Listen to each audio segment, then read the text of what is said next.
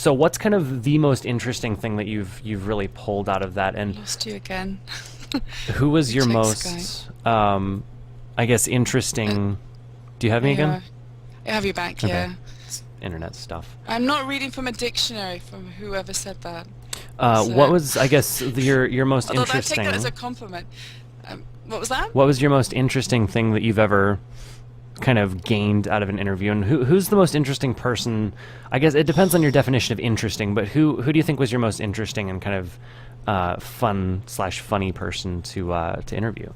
Okay. Well, that's a horrible question, so I'm going to fudge my way through it because it's like asking someone to choose between their favorite bands or films or whatever. I can't do that very well. So what I would like to say is that everyone's been really cool to talk to, but yeah, there have been a few highlights. There's a guy called Ekyu who is in well, was in Insidia, and it was just the way he said things. Like, okay, when you think about being a researcher, one of your priorities is you need people to give you insights that you can say were their insights, and you're not sort of extrapolating what someone else was going to say. So I'm not going to summarize what Affinity said and say, well, he was saying this, when in fact you just kind of said something sort of boring. So he just seemed to say a lot of really interesting things. I remember leaving that interview going, wow.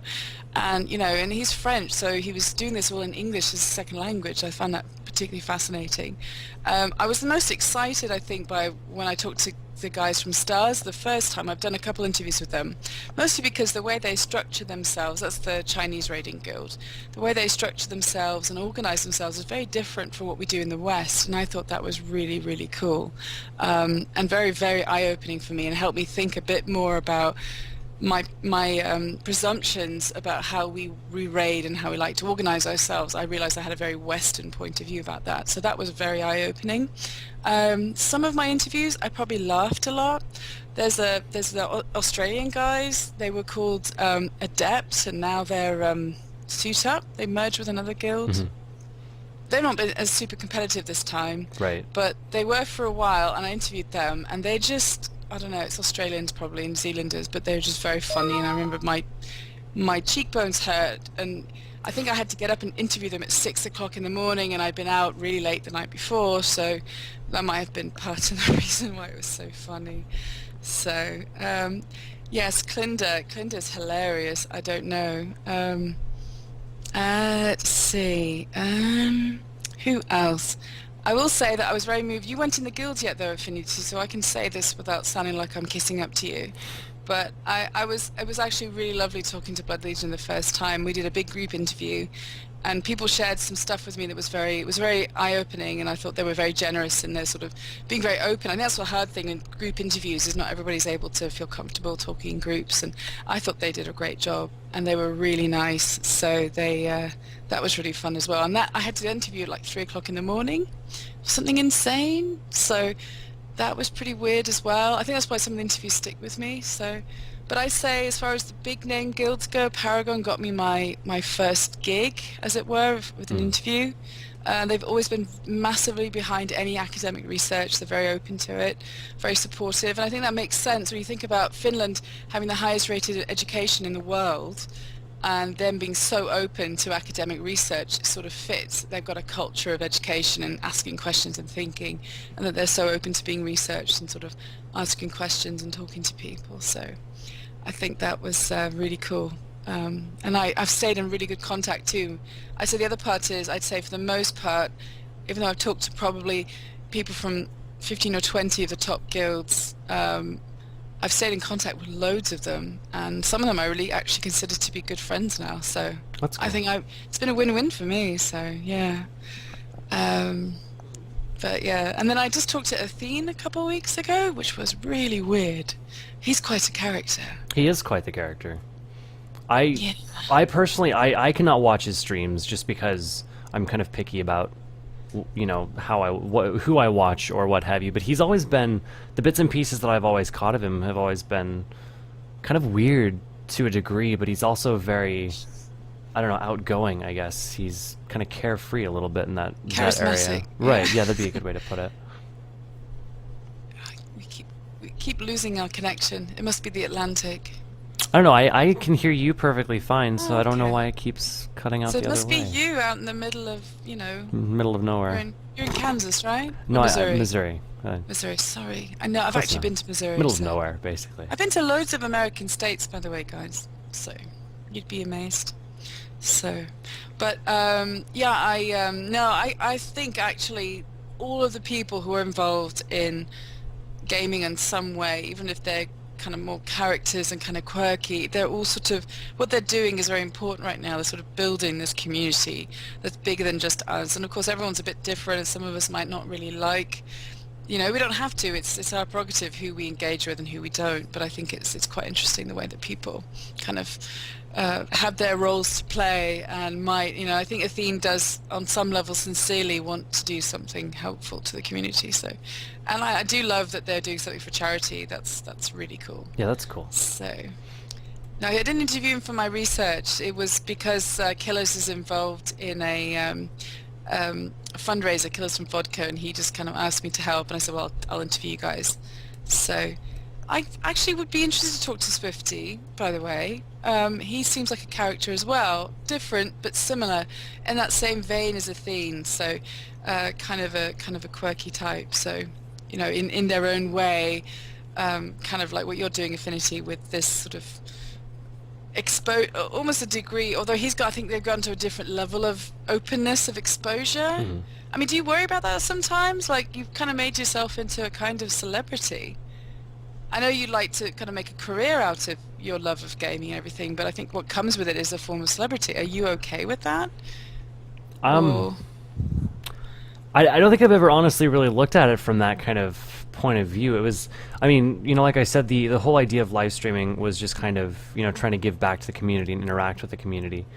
So I've never honestly really thought or really cared much about the whole celebrity aspect of it. I mean, I guess you are right in the degree that it kind of comes with the territory, which I guess there's no real way around that. But I guess that's also kind of how you end up becoming more successful is, you know, you've got to get your name out there somewhere, and if people like you, then that's just going to fall in line, I guess would be the way to put it. I think it's interesting, it's weird waking up in the morning and loading up my stream chat and people go, where's Affinity, you know? Like if I'm not online when I say I'm going to be online, it's kind of like people are like, where is he? And it's weird getting used to it, but at the same time it's also kind of fun and exciting at the same time.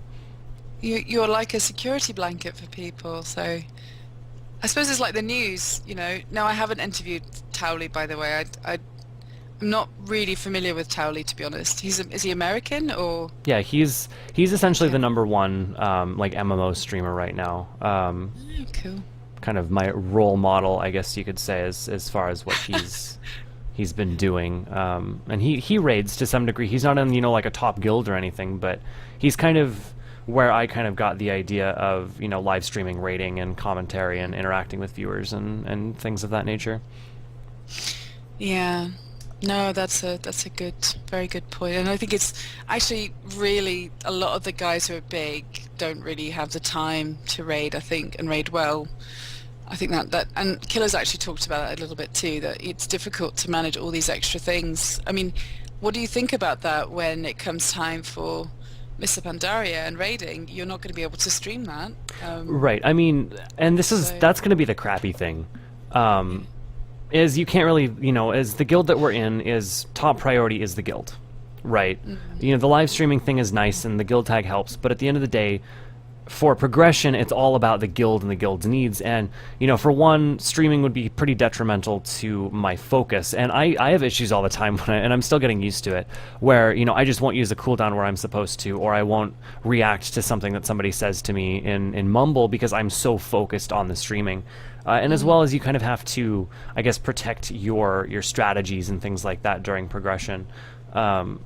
And I think it's kind of a good thing as well, because you don't really want to be progressing and focusing on your stream at the same time, because it's a totally different world, you know, logging in and raiding versus logging and raiding and streaming it all at the same time. It's quite the challenge to pull off.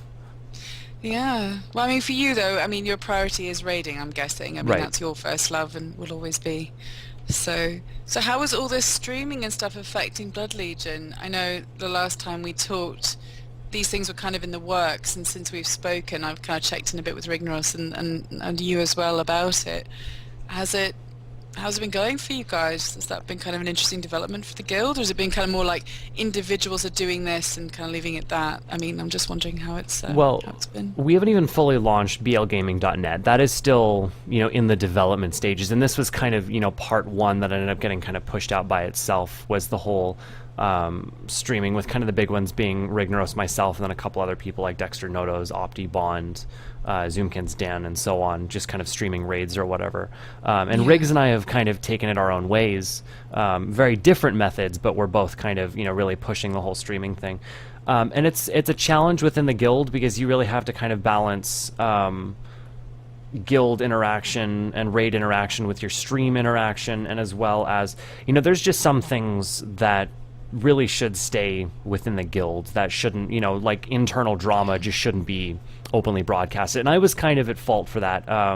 I got angry and I argued, and then I made some comments on stream to a whole bunch of people that were watching, and that was a big mistake on my part, because it's kind of like, we still have this image that we want to kind of portray to the community, and with streaming it kind of adds a whole nother level to it that's really kind of tricky to deal with. But it's all kind of about self-control, and not kind of, I guess,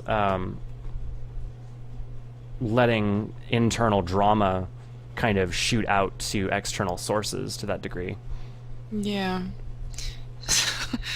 Yeah, no, that's true. I guess it's tricky to navigate because it's new world to get into, and trying to maintain a professional experience while acknowledging that there's lots of other things going around. It's still a personal experience. It's your hobby, but it's becoming a more professional experience. Right. So, I just wanted to say a couple people. No Dose hi, by the way. I know you're there. So just People, want to say hi. people do like the drama and rage, but at the same time, it's kind of like internal problems that when you're not streaming, you make a comment or you grumble under your breath or whatever. It's done then and there. It's gone. It's whatever. And when you're streaming, it's kind of like you have to be careful with what you end up saying, because lots of people hear it, and once it's on the internet, it's on the internet. Yeah, no kidding. I mean, that's probably why I've always felt kind of weird about it. Just the idea that it's always going to be out there. I mean, think about Google search cache being so, such a long period back. Even if you've figured out a way to delete it, it'll still pop up. So, yeah, you have to think about that. I'm sure everybody does on some level. So, I was going to say, I know some people had come up with some good questions, I thought. By the way, do you have any idea where your viewers are from at all, Affinity, or is everyone, is it pretty hard to tell? We have, and it's kind of been a little bit more of my focus, we have a massive international viewer base. Cool. We've got a lot of people from, Norway and Ireland and Sweden and, the UK, and we've got a lot of Swedish watchers. Like, there's lots and lots of people. And I think it's really cool that we have such a massive international viewer base. Wow, it's wonderful, guys.